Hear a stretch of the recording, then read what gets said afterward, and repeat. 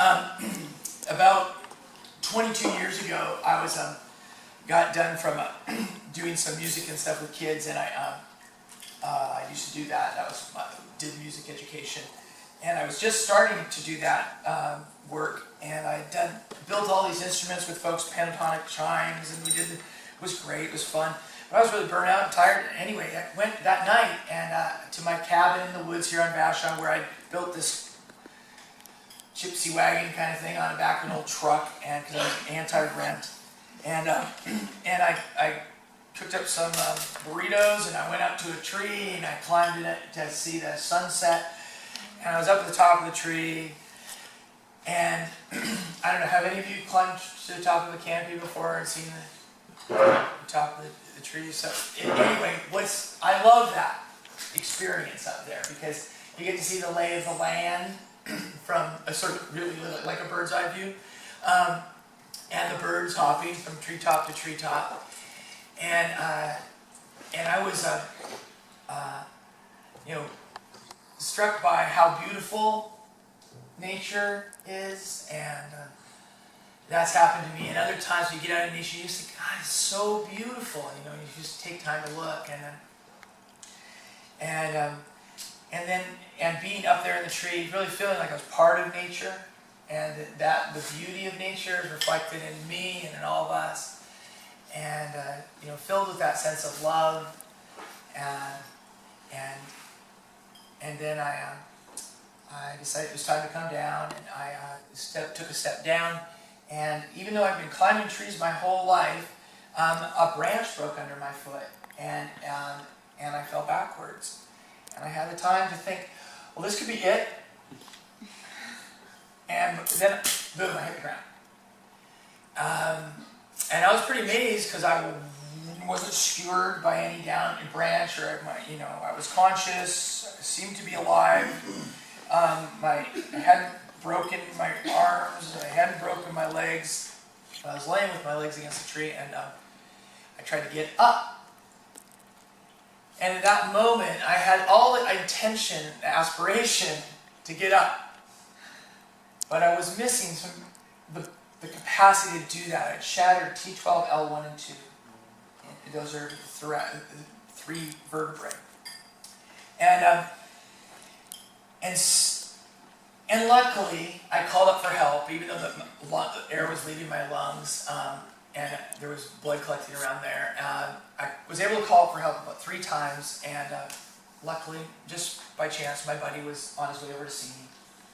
And it wasn't very far. He was right beside his house, and so he ran back and called 911. And his wife Susie came out and sat with me until the first responders got there, and I got on a board, and then they put a flutter valve in my chest and relieved the blood around my lungs, and braced me up, and then a helicopter landed, just a kitty corner. Not very far from here, actually. On the other side of this woods and pond in the corner over there is a place called Akron Park. And helicopter landed there, and flew me to Harborview, where I was there for 2 weeks, had a couple surgeries. So that was about 22 years ago, and it's not why, consciously said, oh, we're going to start the back. No, actually, really bizarrely, it took me like 3 months into it with this affinity group who was doing actions because of the Bush administration. And I'm like, I can't do this art stuff right now. I just need to respond to this freaking craziness in our country after 9/11. And we had done things for about a year, and then we said, well, we'd like to do something more thematic. We thought, well, how about delivering a giant backbone to the Democrats, those spineless wimps? So we started on, and how about giving backbone awards to people who stand up to the Bush administration, blah, blah, blah. And it was about 3 months into working on that and being really passionate about that, I realized, oh, this metaphor, this biological metaphor, which we were seen as a replacement for bleeding heart, liberal, very derogatory way of speaking about the people that we identify with, or weak-kneed liberals. The backbone was replacement of a new biological metaphor. And I realized, duh, that's a biological metaphor that has some particular resonance for me. Because we can have all the ideas in the world, you know, about what should happen, but unless we have the social movement to make it happen, we don't need politicians with backbone. We need a social movement. We need people with backbone. So that's kind of some of the genesis of the metaphor, both conscious and unconscious, and why it still remains important to me. And also the metaphor of backbone is that metaphor of moving beyond having the ideas to having the social movement to manifest those ideas. So more and more, because we all seem, sometimes you can think of activists as, I think of ourselves as reactivists. Like we're always reacting to crises and jumping on this bandwagon, jumping on that cause, etc. And sometimes it's hard to feel the continuity between all of those things that draw our passions and our attention. And so it has helped me to think of it in very, very broad terms and as a battle of paradigms. And you could think of it as, you know, we the people versus we the corporations. And the corporations are certainly a representative of a particular paradigm. That's sort of the paradigm of commodification. The paradigm that everything is commodifiable, exploitable, extractable. And so let's read this together. Can you see that? Is this in focus? Adequately? So with pomp and circumstance, let's do this. We, the corporations, transcending the boundaries of nations, in order to protect us from the people, ensure our right to extract and exploit, provide the defense of profit with impunity, secure the blessings of wealth and privilege for those who have it already, do ordain and appropriate this Constitution of the United States of America. So that's on a large canvas that we've used. And even democracy in this system and in this paradigm is for sale. And the citizens, we did this after the Citizens United Supreme Court decision, U.S. Supreme Court decision, that corporations could basically use their treasure for influence elections. And then we did this on the first anniversary of Citizens United. We did this, proclaimed the country not just for sale but sold. And we had an emancipation celebration by the corporations and a satirical rally on the steps on the lawn of the Capitol with Blackie Waters and Goldie Sachs and Mona Santo. And Goldie Sachs was like, money talks and I should know, thanks Supreme Court. And Mona Santos was, but really what I want is my privacy, Fourth Amendment rights for corporations. And when I say Fourth Amendment, I'm speaking to the U.S. Bill of Rights. But Blackie Waters was totally insistent that corporations would not rest until they could have Second Amendment rights, which is right to bear arms. So anyway, funny, not so funny. So we worked on this thing. This is one of our tactics, of course. Another tactic on the second anniversary of Citizens United, rights are for people. We projected that on the U.S. Supreme Court. And an action camp around that time as well, right before Occupy broke. We did this a 20 by 60 or 70 foot banner, 16 by 65 or whatever. Anyway, so it does feel like the paradigm is serving a very few in a very limited way, and the rest of us are going to shit hell in a handbasket. And only when you have a bought and sold government in this paradigm of commodification could you actually have a government that enters into international, transnational agreements to give rights to corporations, to investors, and to capital itself, undermining all of the international work, all of the work of its other paradigm that has manifested things like unalienable rights endowed by a creator, self-evident, the Universal Declaration of Human Rights. So, of course, we want to flush the TPP, that Trans-Pacific Partnership, that paradigm's new social contract. And these are some of just the tactics we use. This is a 16-foot ass. We floated above a golf course, and we blockaded the roads into a Virginia resort, and with a tripod. And then we brought that on the golf course, and that's where the Trans-Pacific Partnership negotiators were meeting. And we took over the U.S. Trade Representative's office in D.C. for a short amount of time, just to get some good pictures. Those two on the left are locked together with a U-lock. That's a longer story. I mean, it was a great story, because that was an action where no one was arrested, because we were able to negotiate, create a situation in the middle of the security state that was so embarrassing to them that they wanted it to disappear more than they wanted to get the arrest. So, but I find that for years I've been talking to people. One of the things that's really true about this is that this is not Bill Moyer's ideas. This is Bill Moyer trying to filter and take all of these ideas from all these change agents and mentors, etc., from around the country who I've been engaged with in the last 11 years, but also in my lifetime, journey. And so, like the Backbone campaign's the back of the T-shirt, we've always been trying to find sort of a way to express how it's all connected, right? And the backbone is not a bad metaphor for that, too, right? Because it's all these interlocking pieces.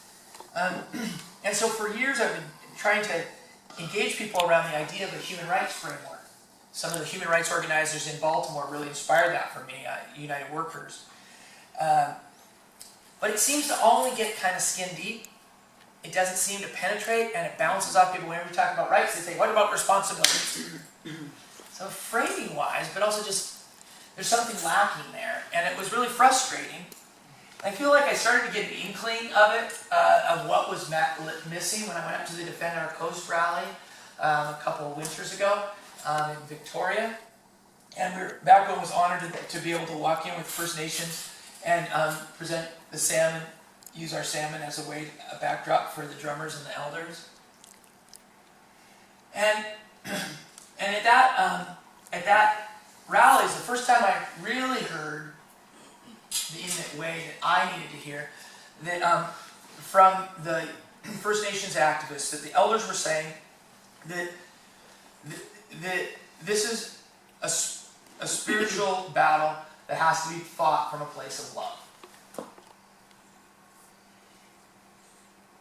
So,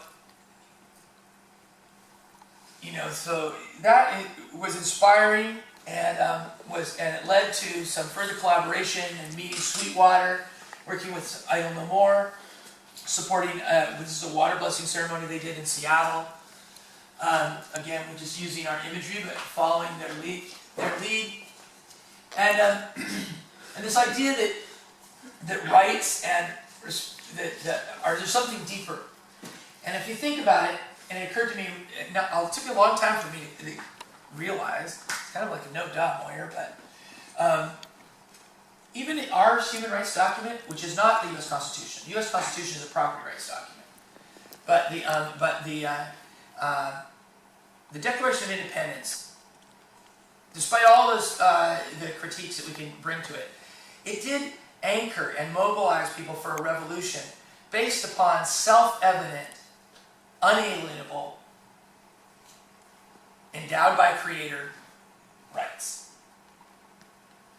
And as soon as you start talking about unalienable, endowed by Creator, self-evident, you're not talking about a contract, right? You're not talking about a European treaty where you get, I'm going to get this and you're going to get that, and then what's going to be cool. That's not the basis of social contract. The basis of the social contract that we fought a revolution for, at least the argument was that there was some sacred foundation.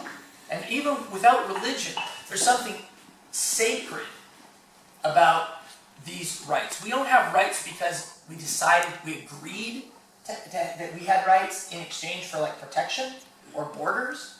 And our rights aren't defined by our borders. Our rights are inalienable. They're self-evident.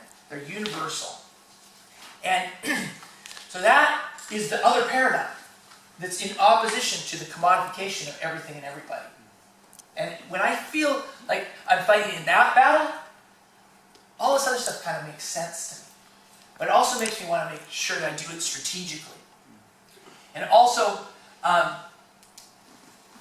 there's an element of the sacred that also draws out another principle of connectivity, which is love.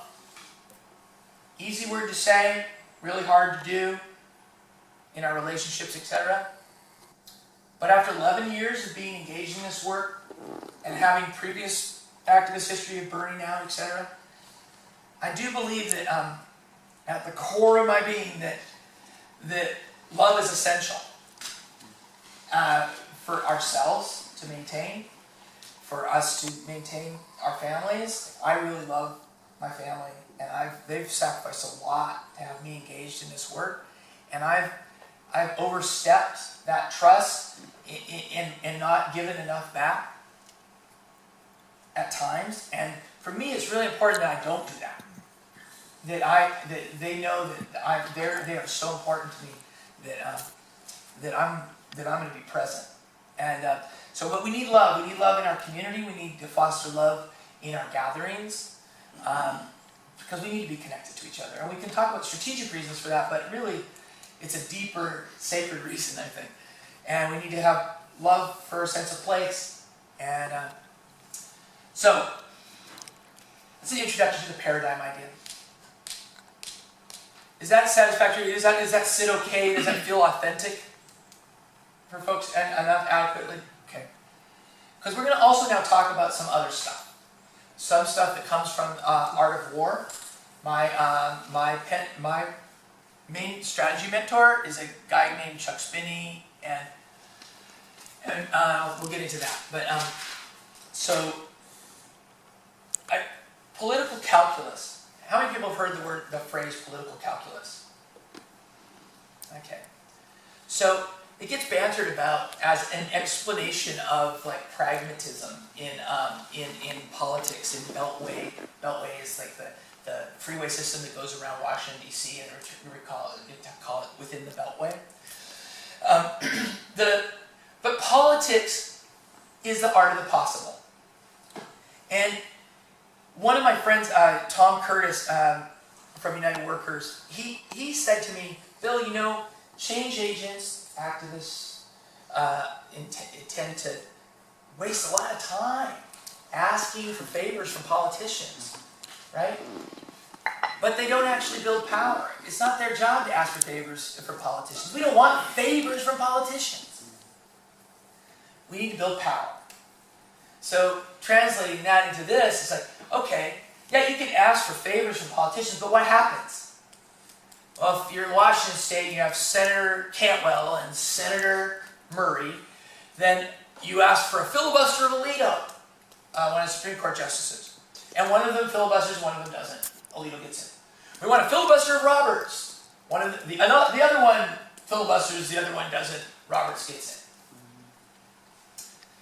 There's nothing that actually changes. What Curtis was talking about was that we have to build power. And if you think about calculus, my brothers, I graduated from Evergreen, and I never had to take math. So, just so you know. So, but my brother is a scientist, and he's told me on a long trip to South Dakota, oh my God, it must have been someplace in eastern Montana. He said, calculus is the mathematics of changing variables. It's how they do the math on something when things are shifting. So it's our job as change agents not to ask for favors from politicians or corporations, but to shift the variables. We can make demands, but we have to change the society. We have to build the social movement to manifest the ideas. Having ideas is totally inadequate. Another way of thinking about this is totally unreadable, but pretend that this is our paradigm. Don't pretend, that's our paradigm. Okay, here's their paradigm. Paradigm of commodification of everything and everybody, profit with impunity. And here's the politically possible. We want our paradigm to move into this realm. We want theirs to go away. We can celebrate and build support for and vision of this paradigm, and we should toxify the paradigm of commodification. So there's two areas of intersection where we use our actions. Can you go back just for a second? Yeah, you bet. Sorry. You read, it's hard to see the white. Yeah, so this is the commodification of everything and everybody. Definitely need to change that font color. Sacred, unalienable rights of humans, communities, and nature. And what I would say, it's like the paradigm of the sacred. And that's a politically possible. Yep. Move the computer slightly. There we go. So, there will be a test. I'm only half kidding. I actually think that I think we're trying to develop. Anybody know what a lexicon means? What does that mean? It's kind of one of those words that actually, I don't know if we should use even, but It's like a dictionary. it's like a dictionary. It's like a set of vocabulary, right? It's like the new vernacular. Our vernacular, it's the language we use to communicate about the values and ideas that we have to share. I think something. I know that's not a definition. That's just me. I feel like we're talking about a lexicon of change here. We're trying to figure out what is the work that we're doing. And so how are we going to do it? So things that we get from The Art of War, which is a 2,000-year-old book from China. And I, honestly, my access to it is really through these Pentagon folks who did, Colonel John R. Boyd was this fighter pilot who, there's a book on him called The Fighter Pilot Who Changed the Art of War. He did a lot of work on human creativity, on tactics and grand strategy, and so a lot of this is directly from he and his protege Chuck Spinney. So grand strategy, domains of conflict, grand tactics, and sectors of agency. Sectors of agency is something I've just thrown in because I'm interested in different ways that change agents engage. I've simplified grand strategy, but with Chuck Spinney's blessing, main thing to remember, and this is where the test comes.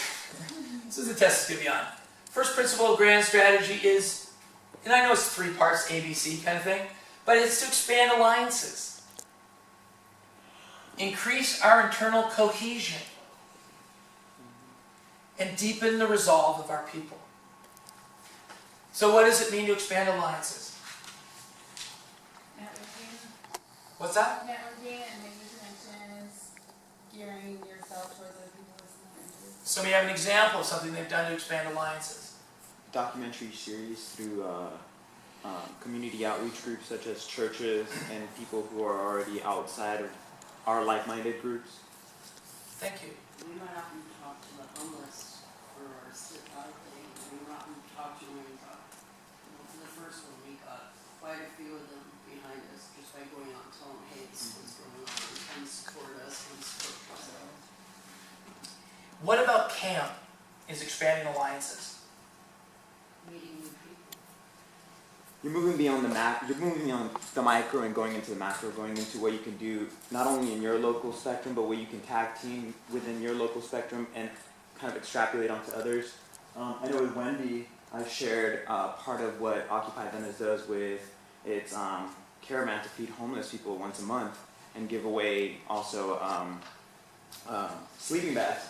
And Wendy's very interested in trying to see how she can try to get that done also in Spokane. So I think with something like that, you're able to gear which tactics have been fruitful and which tactics are maybe politically unsavvy. Yeah. And what's an alliance that you see that we're working and helping build in CAMP this year, specifically? Let's go get it.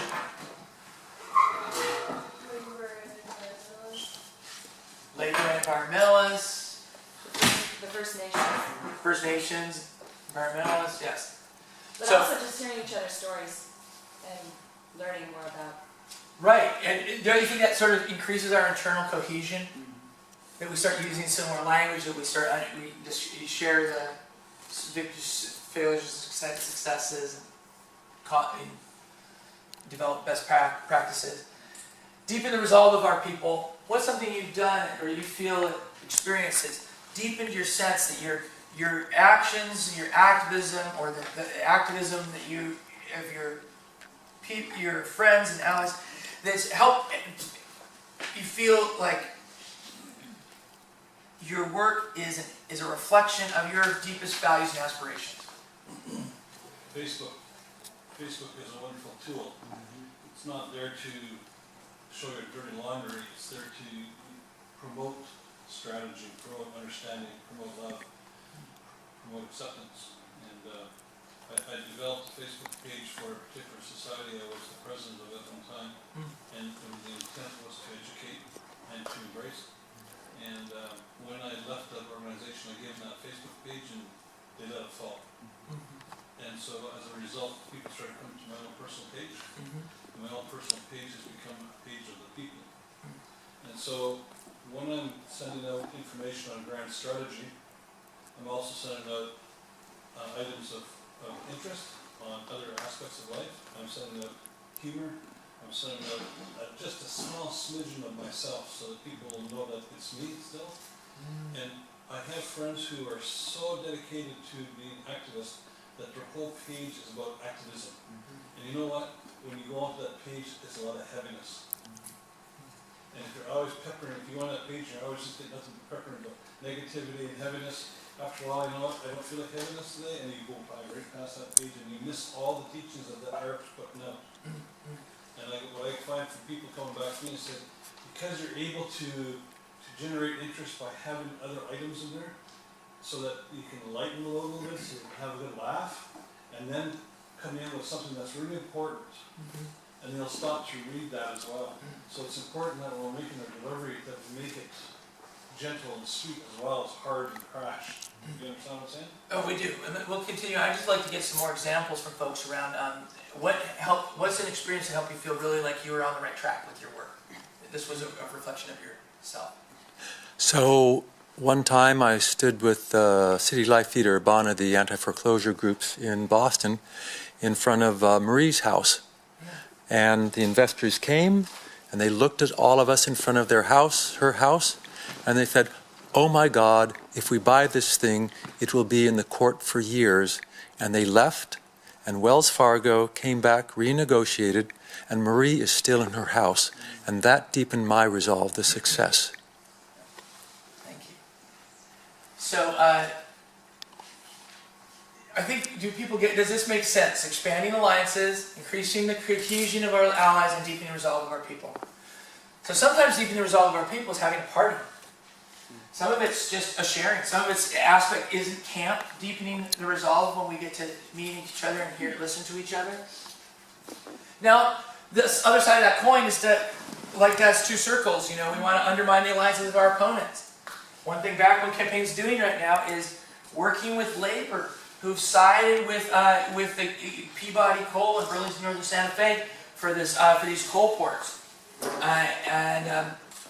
We're trying to drive a wedge because we think that, and it's not insincere, that the workers' interests are better served by us together, Greens and workers being in alliance. Trying to. So we can talk about that later. But anyway, attacking it, showing the weaknesses, and we'll get to more. And weaken their resolve, ridicule, other things. There's tactics for this. So, and then the final one is to end conflicts without sowing the seeds of future conflict. So, is there an example people have of where there was a seeming victory, but it sowed the seeds of future conflict? Iraq? Yeah. Cold War. Yeah. Like the anti-logging movement in Oregon, and the division between like working peoples and the green movement that happened there. Right. There was a victory in the courts with this, but now when you go to Oregon as an environmentalist, people are still talking about the spotted owl, right?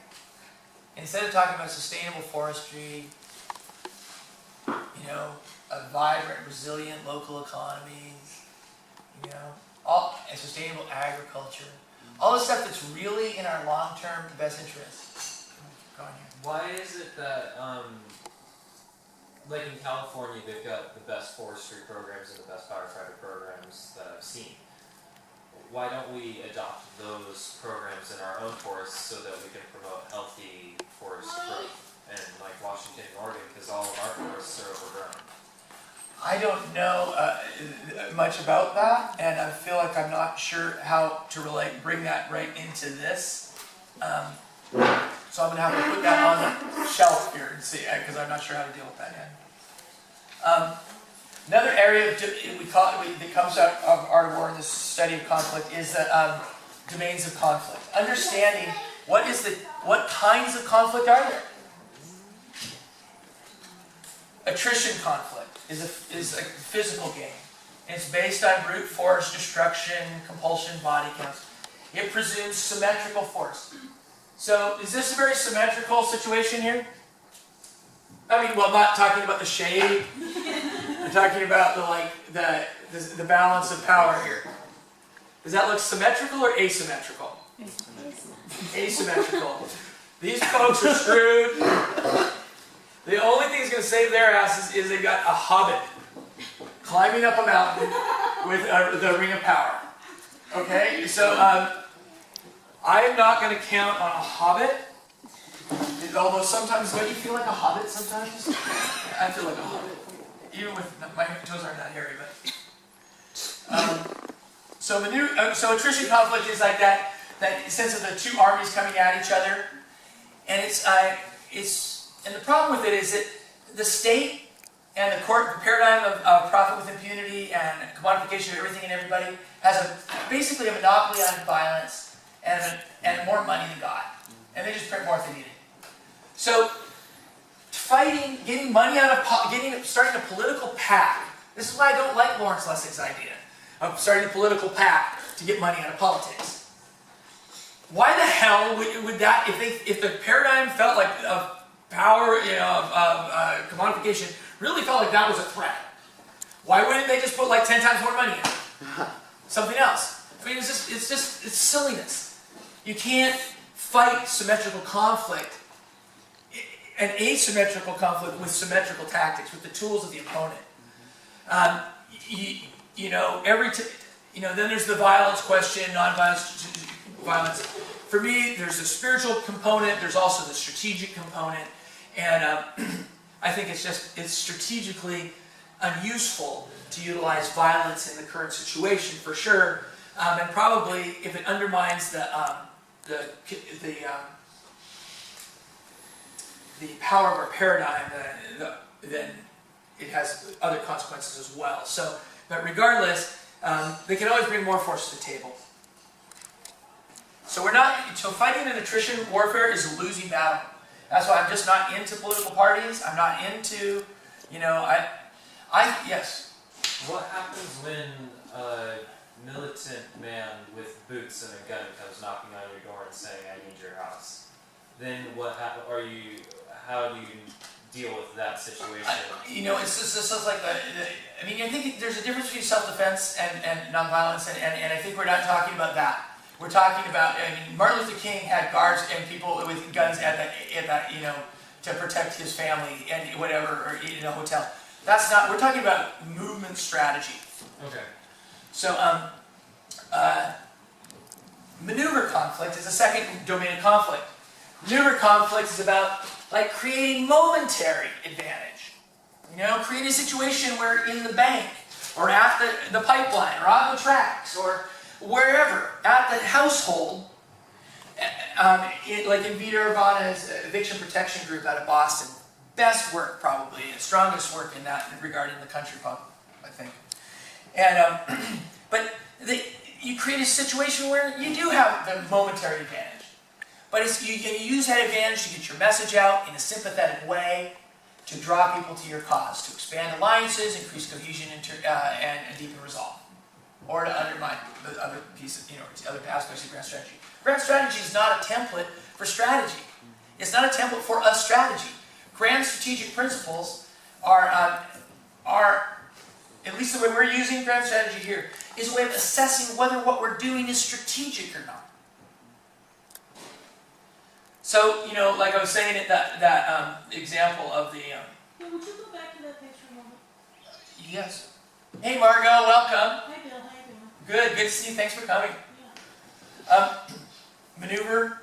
I can also, this is actually online at tinyurl.org, .com, tinyurl.com / There's a link to it from your webpage. The whole thing, right? There should be, but I will but also I just put this version of it up at tinyurl.com / localize this 2014. Period. That's it. So when we went to the middle of the beast and the security state, won't release the text of the agreement or even tell us what their policy positions are on any issue. okay, come on. Is that while the public is shut It'd be really cool if this actually played the video, but we'll see. private corporate interests. When it actually does, then I'll get excited. But hello. All right, boom, boom, boom. See if it just isn't like starting from the middle. Anyway, it doesn't really matter. I know we're not going to watch the whole thing, but basically, we found out that the U.S. Trade Representative's office was going to. We've been scouting it for months. We saw that it had scaffolding around the sides of it. You saw a picture of the people with the banners in the front on that balcony. We went the weekend before the training and we talked to the workers. Just, we want to do a concert out here. What time do you all usually get off or break for lunch or whatever? They're like, oh, we're not going to be here because the stucco people are coming in on next. And so we so we trained during the weekend. We created an action plan, and we got into blue coveralls and yellow hard hats and showed up at lunch hour, 11:45, as the stucco people. And not really, but looking like, well, could be the stucco people. And we just walked right into the scaffolding, took down the ladder, climbed up. Some of us climbed up to the top roof, to the roof level, and some people just went up to the front balcony.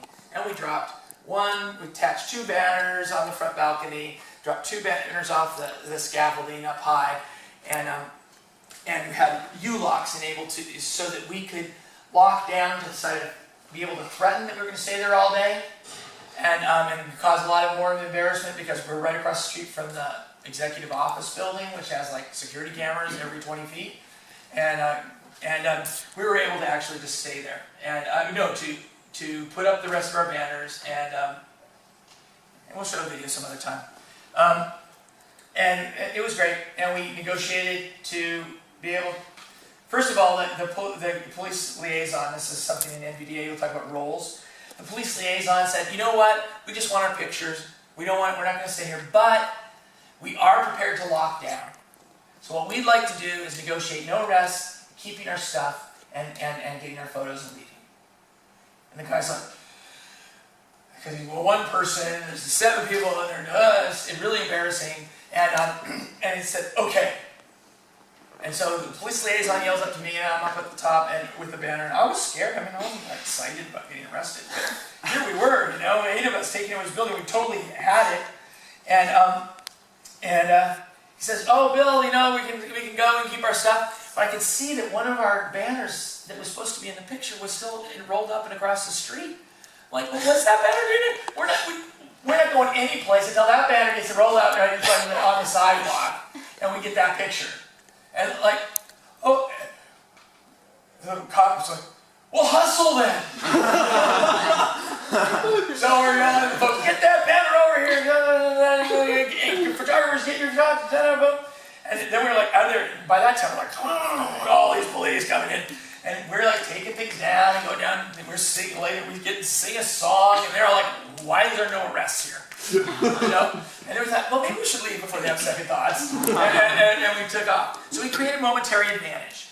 You know, we did a similar thing with the, down in Dallas, where we forced the Dallas, this is really working well, the Dallas police to arrest Bush and Cheney. They decided they were going to block off, just because they could, right? A road that wasn't even used, and tell us we couldn't go on it. We're like, screw that. Well, actually, no, we said, oh, this is perfect. Because this was our goal. One of our goals was to get Bush and Cheney arrested on camera by the police. And so we got the people who were agreed to be arrested into the suits really quickly and brought them down into the place, and we lined up the signs, and the police kept trying to push them back onto the sidewalk, and the protesters kept pushing them back out into the police and saying, arrest, and they were chanting, arrest Bush, arrest Bush, arrest Cheney, arrest Bush. And finally, the police didn't know what to do, and they like, oh, off with their heads, you know? And they're like, oh. So they arrested them. And so we got our thing. So we got our message out. And that was right on the day when they dedicated the Bush Library down in Dallas. So that's maneuver conflict. And that's how we utilize maneuver conflict. But the essence of the conflict of paradigms, the essence of the battle that we're within, and where our strength and where we can gain strength, is when we understand that we're in a moral conflict. A moral conflict is when your power is proportionate to how much the people, feel that your actions and your values and your message reflects their deepest held values and aspirations. Because when you are reflecting their aspirations, a state doesn't run merely by the boot, right? It has to there's voluntary compliance. And, you know, and what do you call it? It's the opposite of voluntary compliance, but it can't do it without voluntary compliance. So our strength is when we have the people identifying with our paradigm as reflecting their values and aspirations, and so then we grow in our power and we shift the political calculus. So another thing we talked about here is the grand tactical idea that also, believe it or not, comes out of the Pentagon. I'm sorry, we have so little time, I just want to get through this lexicon thing here. The concept of motherhood and mismatch. And motherhood doesn't always work for people as the metaphor, but their idea was that we want, in moral conflict, you want your cause to be unattackable, to be the moral equivalence of motherhood, so that when people attack you, they look bad. So think about Dorothy Rainey eating pepper spray. How did that impact Occupy? Or the vet down in the Bay Area who got the rubber bullet. What happened to Occupy in those moments? It gave it life, right? It built its power. What happened maybe on the May Day riots or whatever? What happened to Occupy then? Lost a lot of credit. Yeah. So the people didn't see their values reflected.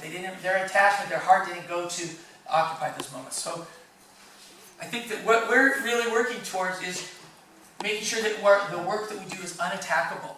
That's why we talk about the sacred and not allow the right wing to take this really skewed sense of sacredness and own that realm with their hateful, xenophobic, false religion. Should not sacrifice. The left should not sacrifice the territory of the sacred. We should live in it. And sacred is like orchids are sacred to Puget Sound. Our relationship to these creatures we have a sacred obligation to them. Let's see what happens with this. This should be an interesting one. Are we going to absolutely get no video today, Bill? Well, good thing it's not essential, huh? Weird. It all worked earlier. So it's like taking at the detention facility in Tacoma. You know, this is a giant balloon banner. So it's a net banner with the weather balloons attached. WWJD, just like the bracelets. So what would Jesus do? So, but it's, who would Jesus support? You know, bringing it to that realm. So, moral conflict. So what's the 3 domains of conflict? Go ahead. Attrition conflict. Maneuver conflict. And moral conflict. What's the first principle of grand strategy? A, B, and C. What's A? Expand alliances, deepen resolve, and internal cohesion. Okay, so A, B, and C. What's the opposite? What's the number 2? Undermine that. Undermine that for your opponent, right? And what's the third principle of grand strategy?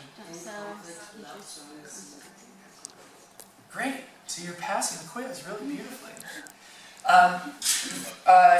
In moral conflict, what's the concept that is, motherhood and, we didn't get to the mismatch part. So here now we'll go to mismatch. Oops. No, mismatch. Oh. Interesting. I have a sort of a conflict here. Okay, so mismatch. Mismatch is when we attack the difference between who our opponents say they are and what they actually are doing. What they say who they say they are, what they say they're doing, how they describe reality. So you can think of it as a triangle, like 3 opportunities for attack. Undermining the conflict, the difference between what they say is real and people's experience of what is real, what they say they are, and who they say they are, and who they actually are, and what they, like, you know, it's like somebody's a self-made billionaire. Well, then you go after, you can check out, nobody's a self-made billionaire. And,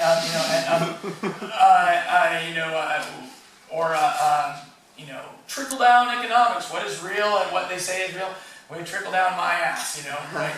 But, actually, that's another website we have, trickledownmyass.org, just like we have, like, freetradeMyAss.org, and, what was the one we did? SharedSacrificeMyAss.org. But trickledownmyass.org we found somewhat problematic as a way of, like, putting that out there. Yeah, okay. A little more, I'm confused. Sorry, I didn't tell that story well. We have that giant ass butt balloon, right? We like big butts, and we will not lie, whatever. We bought a bunch of websites like Safe Nuclear, Clean Coal, blah blah blah, and all with myass.org at the end. So cleancoalmyass.org. So, are you saying the trickle down is the mismatch? So if we experience that people know this does not trickle down, the flow is going in the other direction of wealth. But the joke was that trickle down my ass would be kind of graphic. So that's why people giggle. Okay. And then people might be like a rated X site or something. Okay. Anyway, really off topic. Okay. So one of the reasons we want to create a shared lexicon, shared vocabulary, shared strategic framework, is so that we can harmonize the work that we're doing autonomously, because we don't want a giant. We actually know that it doesn't really work. You can't fight moral conflict. Moral conflict is guerrilla warfare. You need. And we don't necessarily talk so much about horizontalism, but I understand horizontalism, but I'm favoring these days this idea of polycentric power. The idea that we want pockets of power. Yes? I guess my question to that would be, what would be the difference between something that's polycentric and platformist? What? A platformist kind of view to that. Will you go ahead and explain that? Well, within a platform, for example, you would all come to a decision where what paradigm you're going with, or what synthesis you're going to maybe align towards, and then most people or whoever joins the organization as the platform leaves their individual, let's call it for lack of a better term, grievance at the door and works towards one future cohesive goal. Even not saying that you leave pragmatisms and ideologies at the side, but you have more of a focus center in saying, okay, these are the things that I can leave aside working for this grand spectrum. Yeah. And can you give a concrete example of that? ECLN, where you have a top-down organization that protects Los Caracoles, all the region where they live. But once you're inside, you're an autonomous region that's completely horizontal, and people leave whatever agendas they may have, whether it's political ideology or belief that you have to have a very strong militia, to join and partake within that community, along with what happened in the CNT with more of the syndicalist movement, and along with the autonomous communities in Argentina. Wow, I think that we should have you do a presentation on that. And then because I'd rather understand it than try to come up with an answer. But Juan, thank you. Do you mind if I'll do my best to offer this vocabulary, and then we should have a dynamic conversation around what is it useful or not? I mean, I think my response to that would be like people's agendas is the thing that makes them passionate and committed and engaged. And that what I imagine you're reading is that lots of people are working on lots of different pieces, that they are communicating and coordinating enough that they have a shared united front of some sort, even though they don't have to agree about all of the underlying strategy or, be working on exactly the same issue. I guess my one example would be let's tying together the environmental issues, migrant children, Palestine, and what transcends between the three would be state violence or state-sponsored violence, right? Because all of them are what quarrels our agenda moving forward. So it's not necessarily that your agenda won't be promoted, but it's the notion that the individual agenda is not necessarily at the root cause of what's going on or what is obstructing you from moving forward. So for example, if you take away the individual blame that a lot of agendas place on a particular group, and you start looking at stopping the tactic of the police state or whatever it may be, it kind of cycles out in a different way. Not necessarily that the passion or the things that want to be accomplished get taken away, but within the platform you look at the root cause rather than the individual So cause. giving people the bigger picture. Absolutely, the macro versus the micro. But then they continue to. Definitely. Right? Because you still have affinity groups outside of the platform, but the platform won't be shifted. It will be firmly set. So Bill, just to Yeah. sorry to interrupt. Climb training or the NVDA was going to start at 11 to 11:15 right now. Right. And I don't want to poach from your time. No, so we're gonna have to move other things back because we also poached from this time. So Yeah. so we're not gonna So- poach from anybody's time. I just so I can let the NVDA folks know. what Yeah, time we to let them know that start. we have to move back because morning circle So like lasts half too an long. hour. So I guess. 11:30 is I when guess we'll start. 11:30 is realistic. Okay. We'll end this and I'll try to wrap this up in 7 minutes, and Okay. then we'll have a little bit shorter break, and then we'll have to have lunch a little bit Okay. later too. Thank you, Aaron. And did you see the bag of markers where that? I put that on the truck at the table on the south side of the truck. Thank you. You bet. So yes, okay. Isn't our government supposed to be the platform and the little pockets of power are supposed to be the states? Because that's how the country was designed. And then the counties have even smaller pockets of power. That's an interesting point. I feel like there's too much left wing and too much right wing and no middle. I think I hear what you're saying in regards to that, but I think that's an analysis of federalism and that structure. And I don't think we're really talking. We're talking about the social movement and power building in any context where I think that these concepts could be transferable to other places. We're not talking about, and this is not about civics right now. Shouldn't we be able to transfer this even to the most right wing of Republicans at all? Yeah, I certainly think that people are doing grand strategy in other places and that we should start. Actually, Dick Cheney was one of the people who really paid attention to Colonel Boyd when Colonel Boyd was bringing these ideas of grand strategy and patterns of conflict out in Washington, D.C. And it was to our detriment that we didn't have other people paying attention. Okay, so harmonizing polycentric power in a moral conflict is just basically, it's so that we can talk, Juan, about that essence of what's the paradigm battle we're in, why do we need to have alliances, and then how can we do solidarity in times when it's strategic, but not lose that identity and then meet our connection to place and community. And then to have language that we can share so that we understand each other. so that I'm learning from your vocabulary, and hopefully I'm learning from others, and we're all working on it. Because there's this other thing that comes out of the Pentagon, grand tactical idea. Besides motherhood mismatch is grand tactical idea. This is the OODA loop, OODA. The reason we don't want centralized, one of the reasons we don't want centralized authority telling us, giving us the orders for marching orders, is because that's so slow.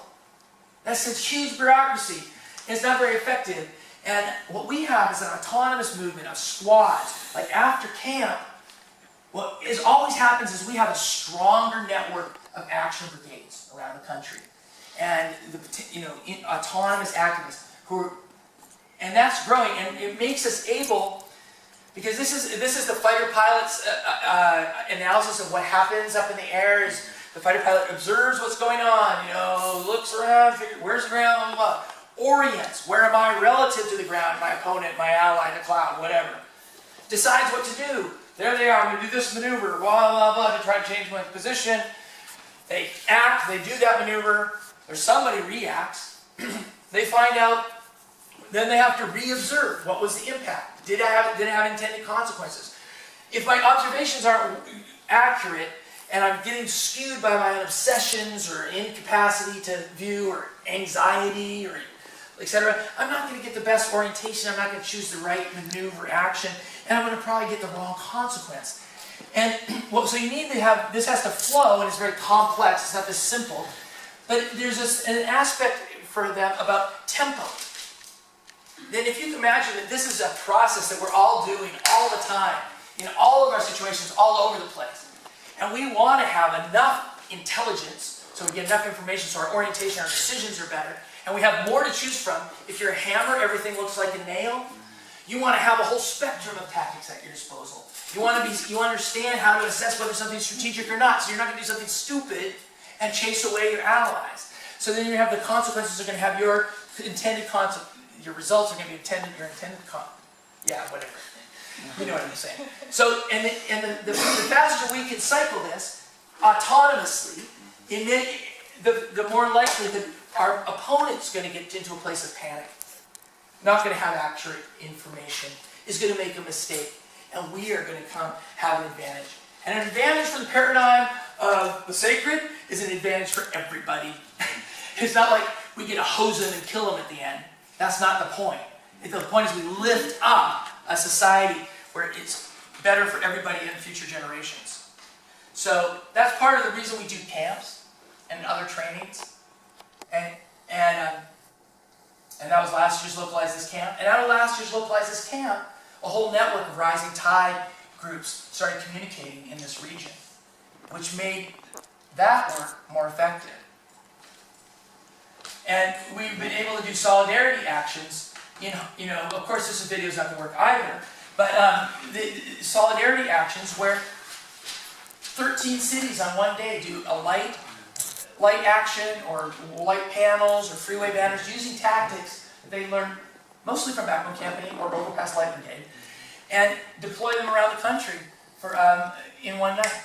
Or we did the Rolling Rebellion for Real Democracy recently, which was just a way to capitalize on the Declaration of Independence anniversary, 4th of July, and unify, get a sense of movement, opposition to the, not just money in politics, but the corporate takeover of our government. So that's part of that. And the last concept I want to bring forward is that as we are trying to celebrate at Action Camp, at Localize This, that not everybody engages as agents of change in the same way. And thank goodness, because we wouldn't make change if everybody did it the same way. So one of the things we talk about is sectors of agency. And so that's why the cultural work of the water blessing ceremonies, the anti-oppression trainings, that's important cultural work.